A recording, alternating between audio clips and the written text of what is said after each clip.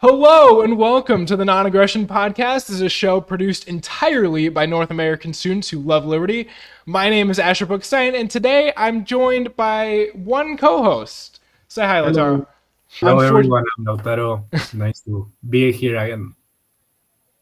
yeah, that great. I'm really glad to have you, Lataro. Unfortunately, we are missing the other two co-hosts, but we'll have a little bit more of a full session next week.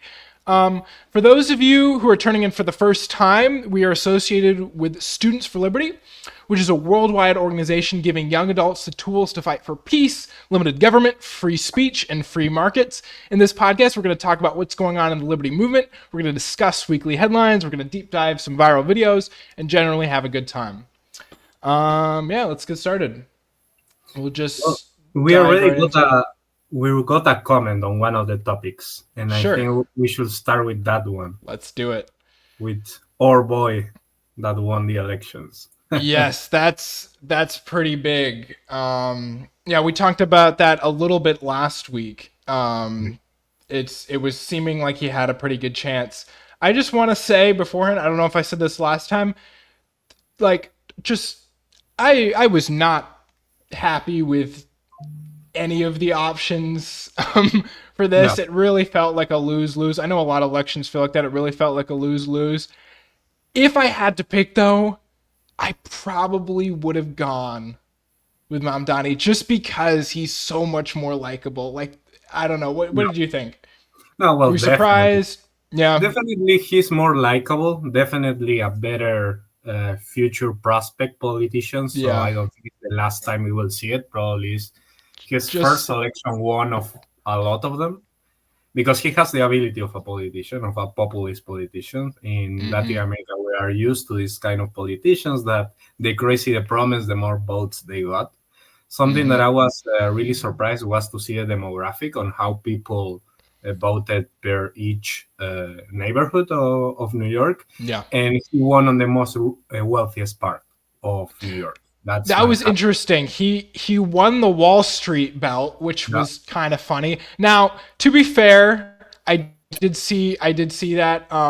Not necessarily the stockbrokers who work yeah, at Wall Street live at Wall Street, not necessarily, but that was still really interesting to see. Yeah, yeah, yeah. for sure. So, just crazy news, especially because not only was he lagging in the polls, but this is also like super new for America just ever to Yeah, have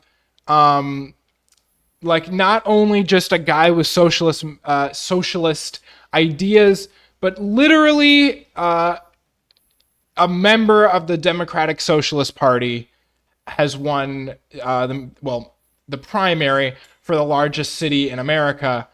This is a big deal. I it again, is. yeah, it's a big deal. He had a really good campaign.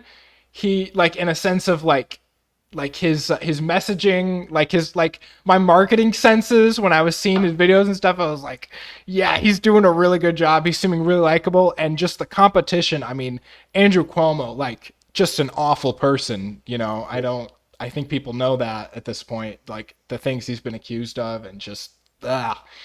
Um, but yeah, what else do you think? I'm giving like if I could give an advice to Democrats, like maybe moderate Democrats that are like worried that their party is like going every election more left, is that definitely the campaign was really good, and a lot of Mm-hmm. mainstream politicians, the time that they don't get how is politics working nowadays, they will feel more displaced by this type of politics. Mm. So most likely on the next presidential election, it will appear a candidate with similar ideas. Mm-hmm. And probably on the Democratic election, if it doesn't win, he will go really far Yeah. because these ideas are each time being less radical Mm-hmm. for the general public. And in one moment, we will see that, well, now it started with New York, it will go down in other states as well, but definitely it's a trend that it doesn't seem to stop. And Mm-hmm. unless there is some more political preparation or more self critique from part of the main Democratic Party, we will see more elections like this for sure. Yeah, I do think this was kind of a cool win to see in the sense of like anti-establishment. It Yeah, was a real grassroots campaign, and I did like to see that. Like, the Cuomo obviously had a lot more funding from the bigger corporations and all that stuff, kind of the establishment Democrat endorsements from all the big media and newspapers and stuff like that. So in the sense of it was kind of cool to see like someone new break in. Now, his policies, on the other hand, yeah, total mess. there's gonna be a lot of damage, and I think anyone who leans even like center left, I feel like should be able to see this in America. Even center left should be able to see a lot of this stuff. It's just like, again, I'm not saying I want it to happen. I really wish that everything he promised is just going to happen, and New York City is going to suddenly become like all this equality, and the cost of living is just going to magically fix. But it's not going to happen. No. It can't. Like the math and the history and the like, economics, it's not going to happen. So And even short-term consequences will be that many companies that are now located in New York, they will start seeing New Jersey or anywhere mhm, else as a better place to put their headquarters. Because of course, if the cost of living is going to raise up, they need to pay higher salaries. No company wants to pay higher salaries, and salaries in New mhm, York are really big. So if you put on top of that taxes for big companies will mhm, just gonna move. They don't have any problems, and for a lot of states, like it's the case of Florida, they even help companies mhm. to Yeah, move their headquarters. yeah, So yeah. They're uh, just it's short-term consequences: people losing their jobs, people that maybe they vote for Mamdani, but they have to relocate now because their company will switch headquarters. So this type of things will happen. yeah, yeah. Just to talk about one of his policies that we didn't talk about last time. Last time we talked a little bit about the housing stuff. Another of the big ones was raising the minimum wage up to $30. Wow. Um, that's right, $30. I want to know if you had a comment on that. Has Argentina or done something similar like that with like just a minimum wage that is just impossible for small businesses to keep up with?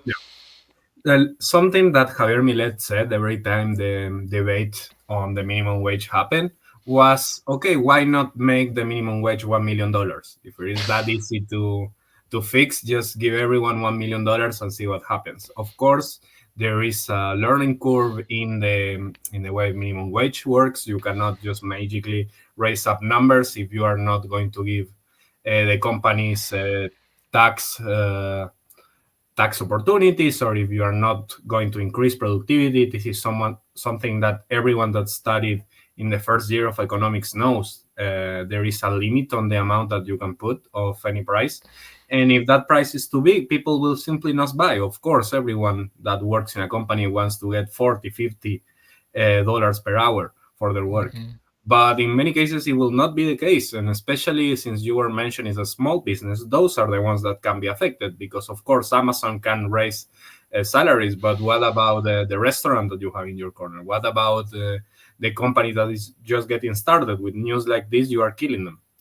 Yeah. And you are killing them because they don't know if that price you put is going to stay. If they have savings, the economy is not doing great for the last year, so probably they don't. And so, yeah, it's basically a short term solution, a solution that will bring a lot of people thinking that they will have a bigger salary, but at the end of the month, they will not have any salary because probably their company just decided to fire them. That's how Yeah. companies, small companies, fix every time the government just raise up minimum wage. Yeah.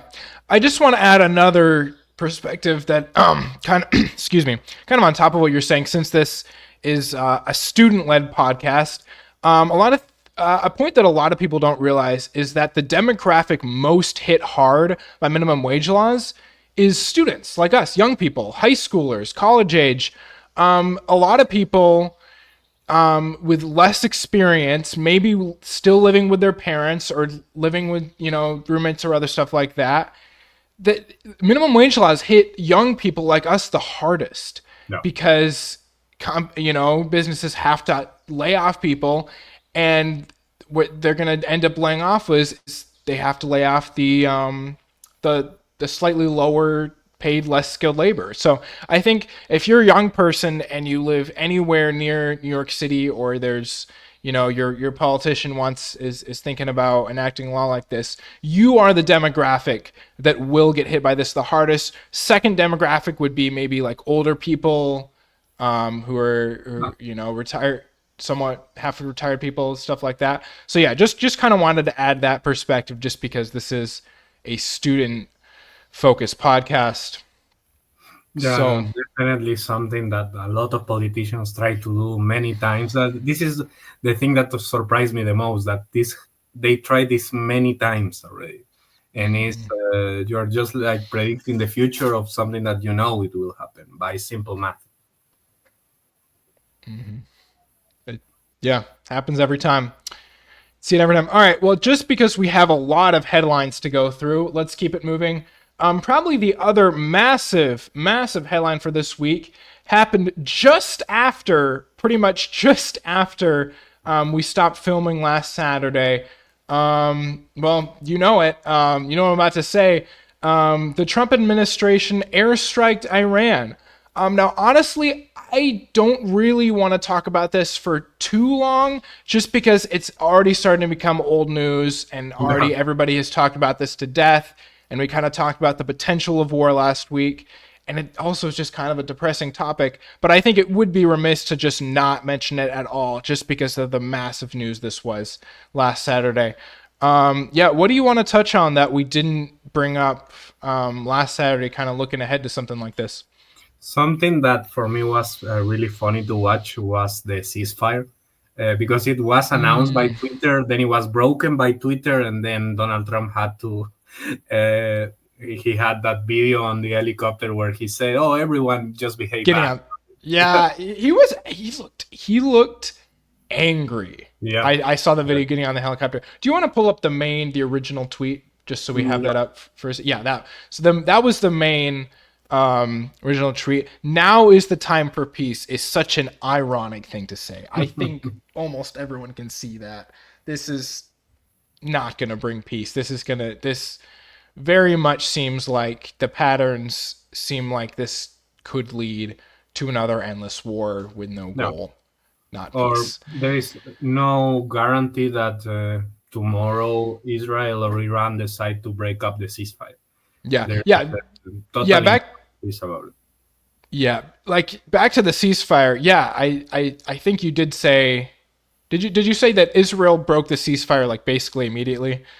Correct. It is debatable, but everyone did. Sort of. Yeah, somebody Yeah. broke the ceasefire. It didn't happen. Also, there was retaliation. I don't know if yeah, I don't know how much we want to talk about that, but Iran did retaliate on us. Like, okay, surprise. They fired No, true. they fired where do I have that? They fired a wave of missiles at the largest U.S. base in the Middle East, where about 10,000 U.S. troops are located. I don't think we have all the information exactly. It's not quite declassified yet about what happened. Like, was there any damage? God forbid, did we lose any lives? But yeah, like they're gonna retaliate. This is Yeah. war. And that one was particularly funny because, for what I understood from the communication of the White House, was okay, Iran told us that they were about to retaliate, so we just take out our troops, which is fun, like a weird way to retaliate. And they attacked in Qatar, and Qatar, Qatar, yeah. of course, retaliated against that because, of course, it's a sovereign country. But it was too funny to see. Like, nowadays, diplomacy is just in for Twitter. It's Yeah. crazy. It's funny in quote. It's funny sad. It's like, yeah, I know what you're saying, but it's also like this is Yeah. real people's lives. And especially since Yeah. we are mentioning peacekeeping missions, one big part of my studies was to analyze why they fail.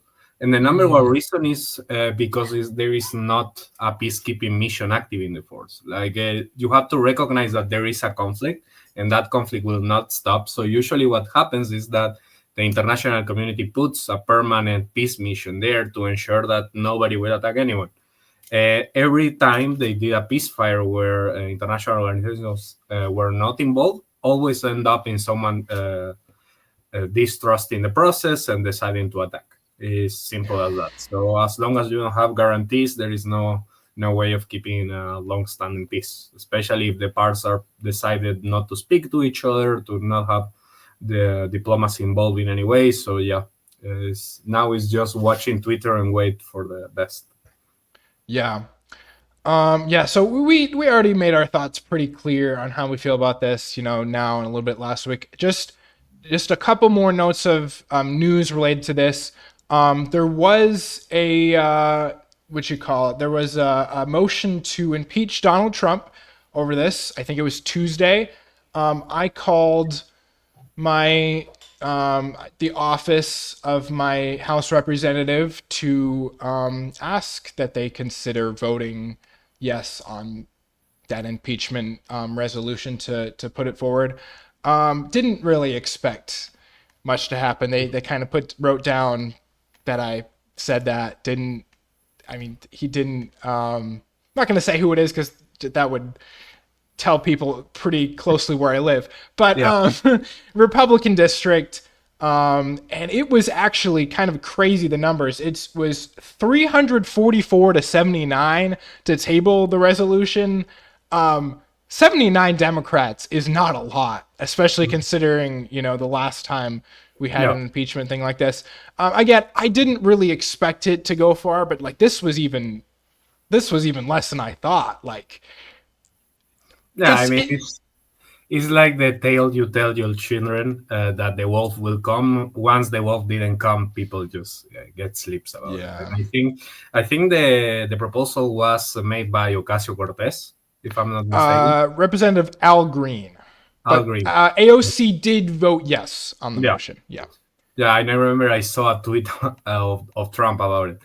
But yeah, it's definitely we lost all the force that type of things have in a presidential system. Yeah. They even tried to impeach Milei, and that didn't work. Yeah. Uh, it was a total Well, mess. So yeah. yeah. I think like, and I just want to say, the kind of whole impeachment system, like, or whatever you call it, where Congress votes to this, it's Mhm. kind of become a statement of like, we don't like this, No. right? In America, that's kind of like what it's become like, oh, we don't like this. We're going to put a motion to impeach. That's not what it's for. It's for when the president has, basically stepped over the Constitution. And I would argue this was entirely unconstitutional. I'm No. not a constitutional lawyer, but I've read through it a couple times. The president does have power to kind of like retaliate when we've been No. attacked first, but we hadn't been attacked first. This was the first strike, and there was no congressional approval. Just the president just decided, commander in chief just decided to do it. I call that unconstitutional. I think Congress should have If recognized if that's I'm not unconstitutional. if I'm not mistaken, what the law says is that as commander in chief, you do have the ability even to start force, but you have a responsibility to explain it to the Congress in the after 24 or 48 hours after Something it. like that. Yeah. And of course, because it's a presidential system, the president going to the Congress is something big. And Yeah. as it was not a fully declaration of war, it's understandable that the president did not show up. But yeah, Yeah. that's something that the whole I presidential system lack of. I know there's an argument, like, yeah, like you said, like technically, yeah, the president, is commander of chief, does have powers like this, but even then, like the spirit of the Constitution, you do read that.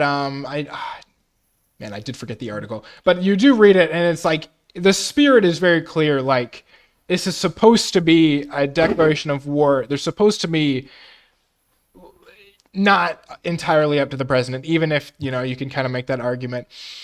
But anyway, so that was a whole thing that happened this week. Happened on Tuesday, and then just another thing kind of related to this. I wanted to talk about just a little bit my feelings on JD Vance and how to respond to it, and how disappointed I am with JD Vance.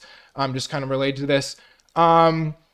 I knew about JD Vance before he was kind of big on the news. I hadn't read his entire book, Hillbilly Elegy, but I was aware of it, and I think I'd read some of it, and I kind of knew his story before. I knew he was a senator in Ohio and stuff, and I remember pretty respecting him for he seemed like he had a lot of which beliefs, or he was resolute in his beliefs, and it really seemed like he stood for things he believed.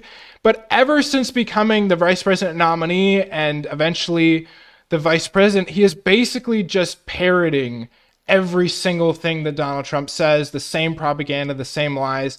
And it's really frustrating. I remember I was at one of his in-person speeches. I saw him in person. I was in one of his rallies before. I wanted to see him at one of his rallies before the election, and I was like pretty impressed. He sounded really intelligent when he was talking about how he was gonna, bring down inflation and all these other problems. And he was talking about I think he's said things about the wars in the Middle East were a mistake, totally handled wrong. We shouldn't have done that. And now he just, you can pull up the tweet. He's just going along with every single Yeah. thing Trump says, just blindly defending him. Oh, but this is different now. George Bush didn't know what he was doing, but now we know what we're doing, and this is actually smart, and just I don't know. It's I just kind of wanted to rant a little bit how frustrated I am with JD Vance, and to really kind of drive home, like, with few exceptions, you really can't trust politicians. Like, No, no, for sure. you this is what, like, I don't know, I'm just feeling a little let down. I was impressed with JD Vance for a while, and now I've just kind of lost respect for him. So yeah, I just kind of wanted to rant a little bit about that. Yeah, and also another news regarding JD Vance. I don't know if it was popular in America, but it was in Europe. Did you Mhm. hear about the Norwegian tourist that went to the Yes, US with the JD Vance meme in his folder? Like almost everyone that has a group of friends that just send a JD Vance meme. So he got that was deported. funny.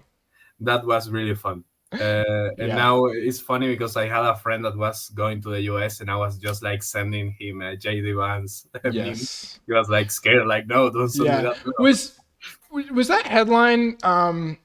I don't know how much you remember about the details. Was that about a student visa, Uh, no, I think it was under a tourist visa. tourist visa? Oh, Yeah. interesting, because that's even more different. That's even more like you'd think we'd be even more open to tourists Yeah. than student visas. But yeah, I don't. I think there was I did read that article, and maybe you remember a little bit more than I do. But I think there was a little bit of misinformation. People saying they got arrested because of the JD Vance memes. No, they did not get arrested because of the JD Vance memes. They got arrested because of drug possession. But still, it was still funny. It was still a funny headline with them showing the JD Yeah, Vance no, meme. it was Yeah. really fun. Also, something that a lot of US embassies during this week published was that now, if you are going with a tourist visa, you need to have your social medias public. Usually, when you go with a tourist visa to the US, you do have a small interview where they Yeah. basically ask you how many days are you staying and that. Yeah. Because basically, you have two types when you enter the US. You have the ESTA visa, which is the visa that uh, a lot of countries, especially European countries, and in my case with the Chilean passport, I can do it. Where basically you do have a small 3 to 5 minutes talk when you go to the airport, where they ask you, okay, how many days are you staying? Do you know someone in the US? Basic tourist visa questions. Hmm. But you also have, in case you are not from Europe or if you are not from Chile but other country in Latin America, you do have to go to the US embassy to Hmm. apply. And Yeah. there, for sure, they will check your social media now. That's what people that is doing their tourist visas are saying. That if you go to the US now and you will have this interview on the phone, then yeah, they will check it out. Yeah. And that's something that, like, yeah, there's the headline. That's something that will literally affect people like you probably, right? Like the next time you come to a what you call it, to an event. I forgot the word event in the United States, you will have to like show them what, like your Yeah, my Instagram, profile. and like they check for anti-American sentiments. I mean, I, Yeah, that's crazy to me. People like I've heard some arguments for why this is reasonable and for security and stuff like that. I think people are forgetting, everyone, like the young people, old people, right, left, they're forgetting what the point of free speech is. yeah, I think they're forgetting the reason why we have free speech because we've taken it for granted for so long. We've kind of forgotten what the point is. It's not, the whole point is that the government can't punish you for having opinions on the administration and how they're doing. The government shouldn't be able to do that, whether they're a citizen or not. And I think it's especially crazy when they're cracking down on people, not even just anti-American sentiments, but anti-Israel sentiments. Like not even this government, a yeah, different government. They don't like what it's doing, and it's just, this is a massive violation of free speech. These people have not, who are getting denied, have not done anything violent or wrong or anything. It's just they've put opinions out onto the internet that they don't like what the administration or government is doing, and we're gonna punish them for that.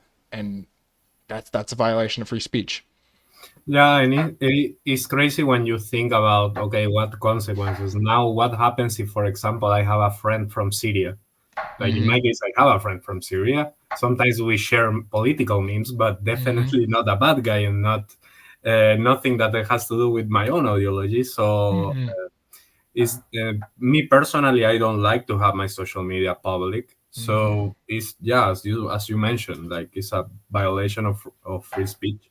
And if Yeah. a country wants to be the face of the world regarding free speech, it cannot do things like this. It's the same. I will put the example. Imagine if Biden administration did this, and if you had conservative comments, you cannot enter to the Mm, U.S. So yeah, it's something that a lot of people need to consider when being in yeah. favor of measures like this. Exactly. Yeah. That's a perfect point to make. Just like if you're one of those people who are thinking, well, I don't want people who don't like America coming in.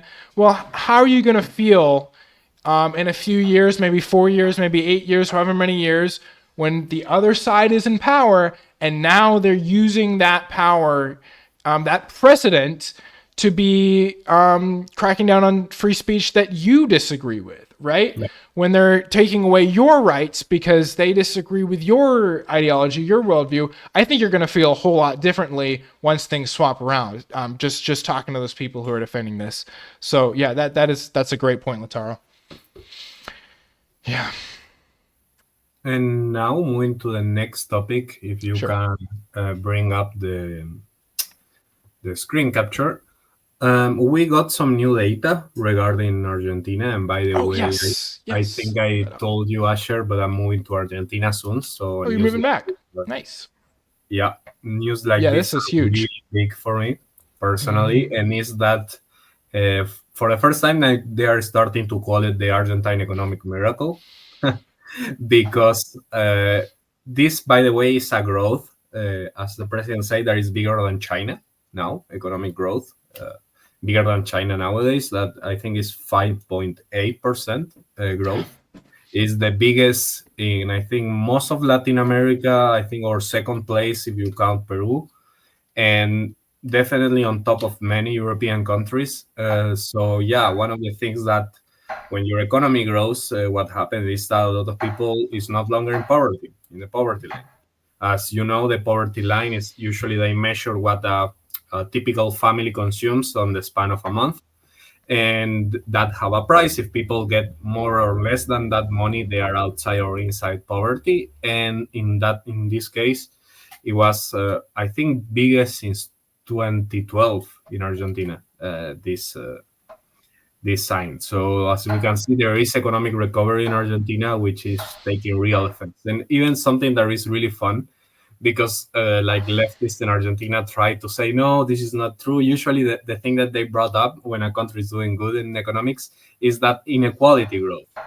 But in this particular case, what is fun is that inequality shrink because the people that was mostly benefited by the restabilization of the Argentinian peso was especially poor people because now their salary is more valuable. So actually, this made the inequality more equal. That's a funny thing of this. Yeah, that's it's always really encouraging to see news like this. It's just like, not just proving the haters wrong, but Yeah, also it's nice to see that actual real people are doing better off than they were before Javier Milei became president. Like that's just really encouraging, and these are huge gains. Like yeah. this isn't like a fraction of a percentage point. This is falling from 50 over 50 half of the population in poverty to now less than a third Yeah, in crazy. what, like how many months, like 18 Uh, months, yeah, something something like like that. that. Like it's like huge change. And yeah, the economy is growing, inflation is way down. I think there's actually a little bit of deflation the last I checked, Yeah, in the which sector of foods, there is deflation because like what grocery happens getting is that, cheaper.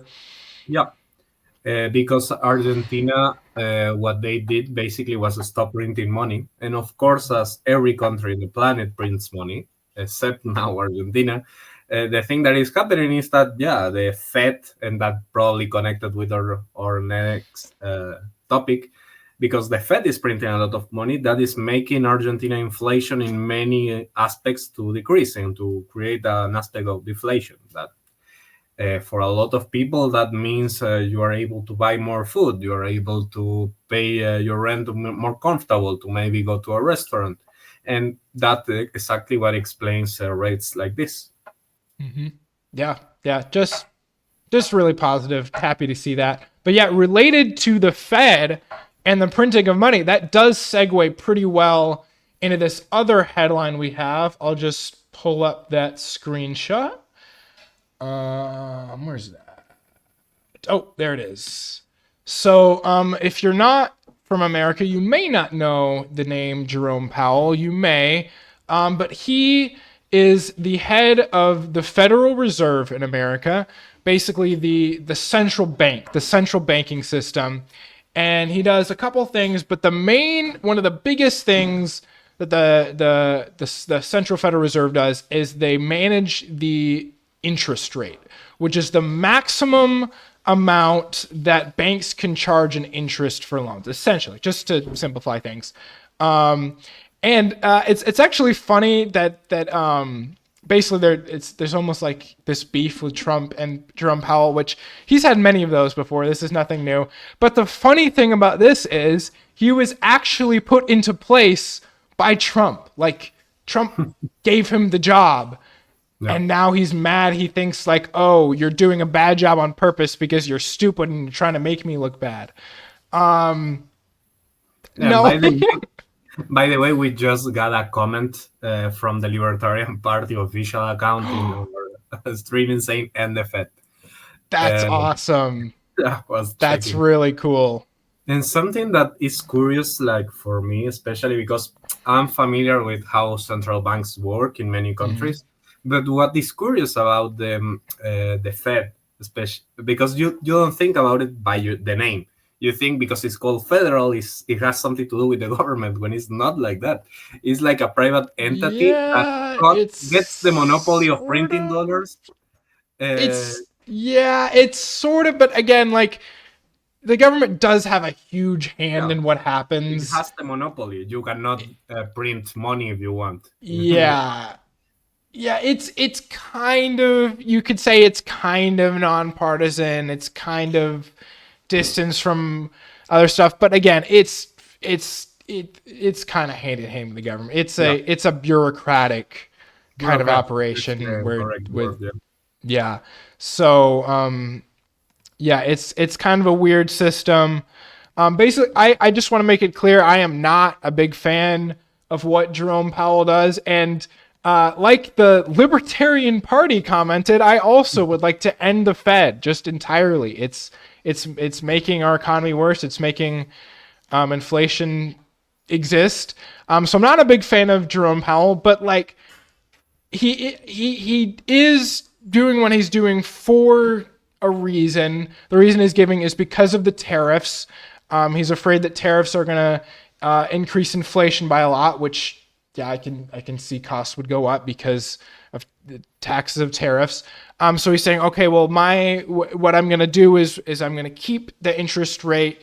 I'm going to keep it where it is, which will hopefully, according to central bank theory, that will hopefully keep inflation down for regular Americans.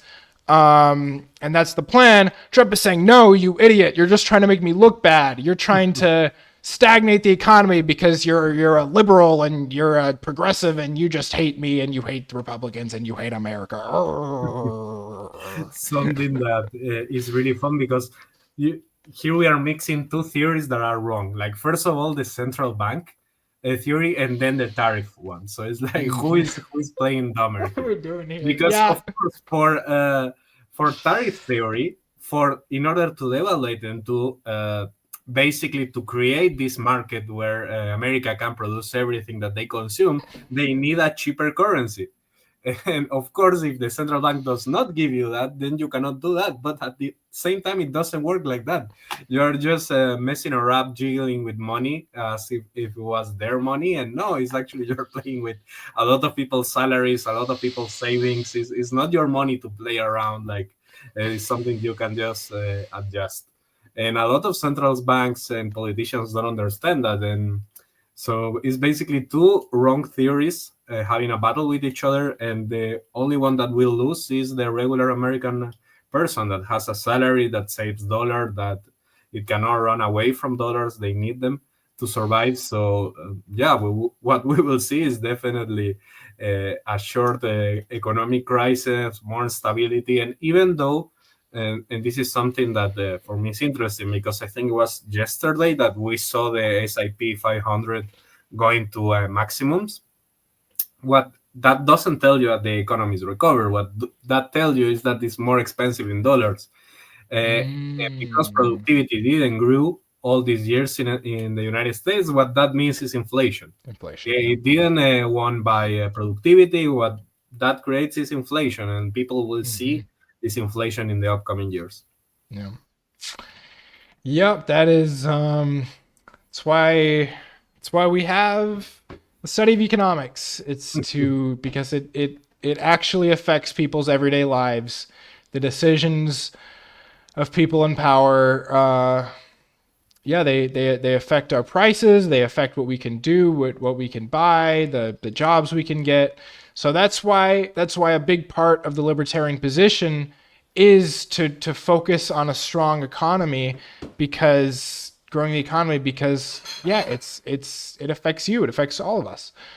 And it affects other countries as well. Yeah. When the U.S. economy, it's not just yeah, it's a worldwide thing. No, definitely. Every time the Fed raise interest, that means less inversion in developing countries. Hmm. So keeping the tariffs like this, what it creates is that nobody wants their money abroad because they want just to play safe. Hmm. But yeah, definitely makes America weaker, let's say. Yeah. Well, yeah. So we're it's not a new thing for Trump to be starting squabbles with. It's kind of what he does. Yeah. Kind of wanted to circle back, kind of focus on some um, little things that we kind of missed when we were just kind of going with the flow. I was hoping we could bring up this clip. It's a clip from, it's in the doc. It's from the current Democrat mayor of New York, Eric Adams, and his comments on socialism. And I thought we could react to that. Yeah, so this is kind of in. Do you see where that link is?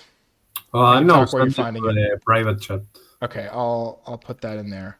But essentially, so Eric Adams, he's a Democrat. He's the current mayor of New York, and progressive and all that stuff. But even he he's smart enough to know what socialism brings and what the socialist policies have done around the world, and he's been to poor socialist countries, and he did this speech in the response to Mamdani's victory for the Democrat primary, and he kind of just, if we can watch just a little bit up to where he says his big thing. It was actually, I just want to say, I actually thought it was a pretty good speech from what I watched, even though I'm not a fan of everything he does. Nice. But so yeah, why don't we just pull that up and we can react to that real quick. It's a city not of socialism. No. I've been to socialist countries. This is a city where you could come as a dishwasher and you can own a chain of restaurants. This is a city where you can be a cab driver and then become a doctor. This is a city where you could go from homelessness to building housing. This is a city where you could be a young person who's dyslexic, a young person who was rejected, and eventually to be elected to be the mayor of the city of New York. This is the type of city we're in. This is not a city where you use idealism to say you're giving everything to everyone for free. There's no dignity in someone giving you everything for free. There's dignity in giving you a job so you can provide for your family and the opportunities that you deserve. So this is not a city of handouts. This is a city of hands up. We're going to lift up the city of New York. And so I'm asking you, New Yorkers, to continue to stand with me as we move this city in the right direction. I'm ready to be your mayor again. Nice. Really Yeah. like it. Yeah. So yeah, I don't know if we made this clear earlier when we were talking about Mamdani. He hasn't won the election technically. Mhm. So the New York actually has a ranked choice voting system. I don't know if you're familiar. You look like you're familiar with Right. that. But No. basically,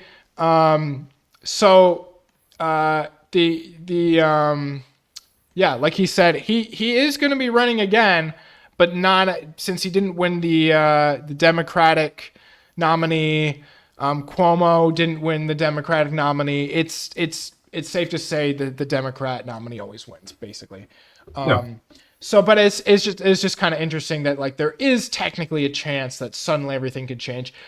He has a very, very low approval rating right now, Eric Adams, which there's reasons for that is for why that is. He kind of broke all his promises when it came to crime. But yeah, I just thought that was worth reacting to and kind of talking about because like yeah, like he can see it. He can see why this is not what made New York one of the greatest cities in the world was these Yeah, that's definitely the spirit of New York and the Statue of Liberty and the American dream, I think. That's what makes the United States different from other countries when it comes to immigrate. Everyone knows the concept of going to a city as a dishwasher and end up owning the restaurant. That's, I think, the type of migration you should bring, the type of ideas you should have. But sadly, as it happening in many parts of the world, people just prefer the things for free, and they just see this idealism that for me is like teenager idealism, because for me it's really hard to understand how someone that is a grown-up adult could believe all these ideas. But yeah, we are seeing how these ideas are becoming more popular in America, and definitely we start seeing how that will affect. Yeah, and it's yeah, that's his kind of his talk about the American dream and all that stuff. That is yeah, I agree with that. That is what I see as kind of one of the great, if not the greatest thing about America was, all these immigrants coming in who had the freedom to take their ideas and work hard and provide a living and grow wealth for themselves and their families. That's like doesn't look like that's going to be happening anymore in the future, or at least not in that, we're not moving that direction. And yeah, the reason yeah, like the reason why libertarians are against welfare and or extreme welfare at least and all these other things, it's not because we're greedy and we just want to keep all of our money and we just hate paying tax when they go to good things. It's because it actually leads to better results for regular people. And now that dishwasher that he talked, that hypothetical dishwasher, they probably can't live in New York at all because Yeah. there's just no I don't know what they're gonna. I don't know how dishes even get washed now when you have to pay everyone $30 an hour. Like, what do you even do? I guess you use a machine dishwasher for everything. I Probably. guess. Yeah. Yeah, you get replaced by machines. Because like small businesses cannot afford to pay a dishwasher $30 an hour. Like that's yeah. Yeah, no, it's also proposal. This is something really fun. Like, if you really want to help people and you support that minimum wage of $30, open a restaurant and pay $30. Yeah. Nobody's stopping you from doing that. No one was ever stopping you. Yeah. So do that. Put a coffee at $20, $30 and pay your waiters $40 per hour. See how that works. Try it. Have your own restaurant and try that out, and you will see that it will not work. And of course, then you will see why it's not good to enforce it in other restaurants as well. Yeah. Well, yeah, just wanted to bring that up. Are there any smaller little headlines or things that you want to bring up that we didn't have in the doc or we didn't talk about? Mm, I cannot think on one now. Okay, there was let's see how long we've been live. We've been live 47 minutes. There was one more thing that I didn't put that I was gonna maybe talk about. What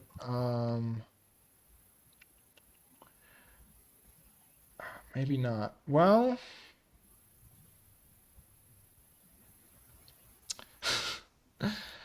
I guess that will do it for this. Oh, wait, we have a comment. I don't know how old this is.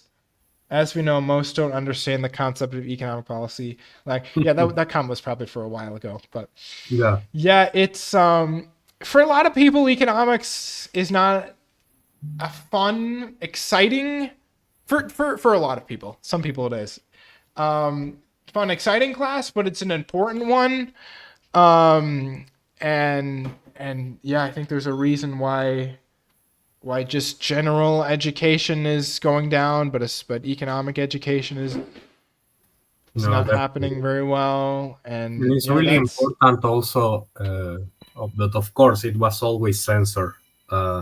Economic education in high schools, even on how people can manage their own finances and how the world works. A lot of people doesn't know, and yeah. maybe one of the consequences is what happened in New York. Yeah, I again, it's not like there were any good options. I mean, I don't know if you want to get into why Andrew Cuomo was just an awful candidate, but like if you were, if you're paying attention to New York, a few years ago, he's been on all these corruption scandals. He's taken government money to help promote his book. He's got all of these horrible assault charges to the point where like yeah, like the way and then he's tried to hush them up, and it's crazy to me. I can't imagine supporting something like that, like no matter what the policies are. So I think that was a huge reason why this election turned out, just because like the classic example of establishment, yeah, like corruption and the yeah. Did you know anything about Andrew Cuomo before? Yeah, like the basics, but as you mentioned, it's part of a corrupt, we say, caste of politicians that Yeah, just get used to power. yeah, And as you mentioned, like he can hire family members, he can promote his own book. Politicians like that, they feel like they live in a bubble outside of the yeah, rest of people. And of course, when a new guy appears, whether he has the bad ideas or good ones, uh, luckily for us, we live in democratic countries where elections do work, and these consequences do happen. So yeah, it's Yeah. for the establishment a warning, and Yeah. for our ideas a call to action, because Yeah. Yeah. I would love to see a more like moderate Democrat or Republican, like, just to learn from this and be like, can we excite young voters without having policies that are going to bankrupt the city or the state or yeah, things like that, just because, like, yeah, I mean, I don't know, like, we're both in marketing. I don't know if how much you're paying attention to the videos and stuff they're doing. Some of them were really funny, and, like, I followed him just for, like, the on Instagram, just for, like, some of the funny stuff. Do you remember that trend where it was like, I let my Gen Z intern edit yeah, this, and it's just him, like, breathing for a minute straight, or like, yeah, some of the funny edits, like, I that brings a smile to my face, even yeah. when I know that people are going to get poorer as a result of Yeah, this. you will receive some videos of him speaking Spanish, like to Hispanic Oh, voters. Well, he oh, was speaking Spanish, like, of course reading, but actually with a really good oh, pronunciation, and making I, jokes that only Latinos will get, and that. that's So cool. I didn't definitely know a he knew smart, Spanish. smart campaign. Yeah. Oh, okay. What? I don't actually know if this is true. Is he an immigrant? I think, yeah, he was born in Okay. Kenya. Yeah, He in what? in Kenya. Kenya. Oh, Yeah, interesting. Okay. Yeah, I didn't know that. Yeah. So, that's, I mean, New York is a city of immigrants, and lots of different kinds of immigrants. White, Muslim, Jewish, all kinds. So, yeah. Well, I think this is a good time to wrap it up. Thank you guys so much for watching or listening to this episode of the Non Aggression Podcast. We are very open to feedback. We want to hear from you. We want to hear your thoughts on what you thought about these topics, what we can do to improve the podcast. You know what? I think what I'm also going to do is I'm going to start putting I might put a form in the description where people who aren't SFLers can sign up if you would like to be a host, and we'll evaluate those. I think I'll do that. definitely. But yeah, if do you want to have your closing remarks, Lataro? Yeah, thank you everyone that joined, whether it was on live or if you are watching it afterwards. And thank you a lot for your time. And definitely we will be here next week. Next week I will not be here, but I will be spectating maybe. And so yeah, thank you a lot for everyone that is supporting this initiative. Okay. Make sure to follow us on YouTube and Instagram to see more of our stuff. And then if you could hit the end live, but don't end Yeah. the call. Okay, everyone. Thank you. Bye bye. Bye.